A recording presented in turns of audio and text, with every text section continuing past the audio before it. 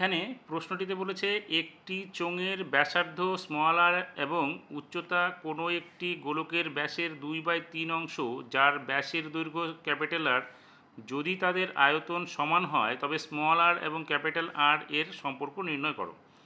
তাহলে চোঙের ব্যাসার্ধ আর একক দেওয়া আছে, তাহলে আমরা লিখব চোঙের ব্যাসার্ধ সমান চিহ্ন আর আর এখানে বলেছে উচ্চতা কোনো একটি গোলকের ব্যাসের 2/3 অংশ, যেখানে বলেছে গোলকের ব্যাস কত ক্যাপিটাল আর, তাহলে এখানে উচ্চতা কত হবে চোঙের, উচ্চতা হবে 2/3 ইন্টু ক্যাপিটাল আর, তার মানে হচ্ছে 2 ক্যাপিটাল আর বাই 3। তাহলে আয়তন কত হবে, চোঙের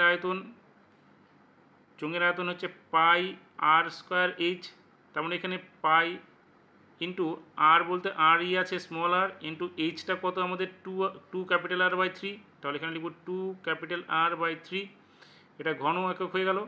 এবার চোঙের ক্ষেত্রে কি আছে, গোলকের ক্ষেত্রে কি আছে, গোলকের ক্ষেত্রে ব্যাস দেওয়া আছে আর ক্যাপিটাল আর, তাহলে এখানে গোলকের ব্যাস সমান চিহ্ন ক্যাপিটাল আর, তাহলে ব্যাসার্ধ কত হবে, ব্যাসার্ধ হবে ক্যাপিটাল আর বাই 2। সেক্ষেত্রে আয়তন কি হবে,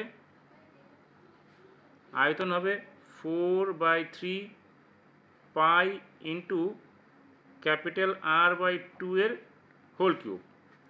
তার মানে এখানে কি হচ্ছে 4/3 pi into R cube by 8, তাহলে 4 দিয়ে এটাকে কেটে দাও 2 হবে, তার মানে 1/6 পাই ক্যাপিটাল আর কিউব। আর এখানে কি হবে 2 pi r small r capital R by 3। এবার প্রশ্নানুসারে কি বলেছে, আয়তন দুটোর সমান হবে, তাহলে এখানে আমরা লিখতে পারি প্রশ্নানুসারে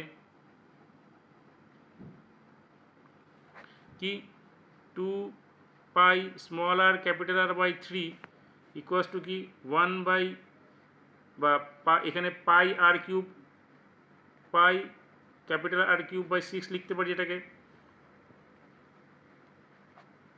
এবার দেখো উপর থেকে পাই সরে যাবে, একটা ক্যাপিটাল আর সরে যাবে, তাহলে এখানে হবে 2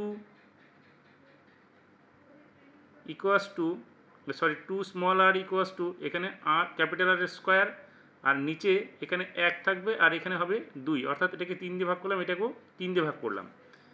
বা এখানে কি হলো 4,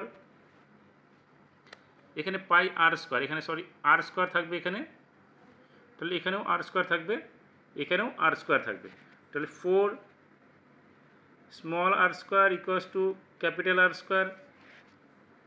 বা এবার যদি আমরা এটা সম্পর্ক নিয়ে আসি, তাহলে ক্যাপিটাল আর ইকুয়াস টু কী হয়ে যাচ্ছে, এটা রুট হয়ে যাবে 4 স্মল আর স্কোয়ার, বা ক্যাপিটাল আর ইকুয়াস টু কী হচ্ছে 2 স্মল আর, এটাই হচ্ছে আমাদের স্মল আর এবং ক্যাপিটাল আরের মধ্যে সম্পর্ক।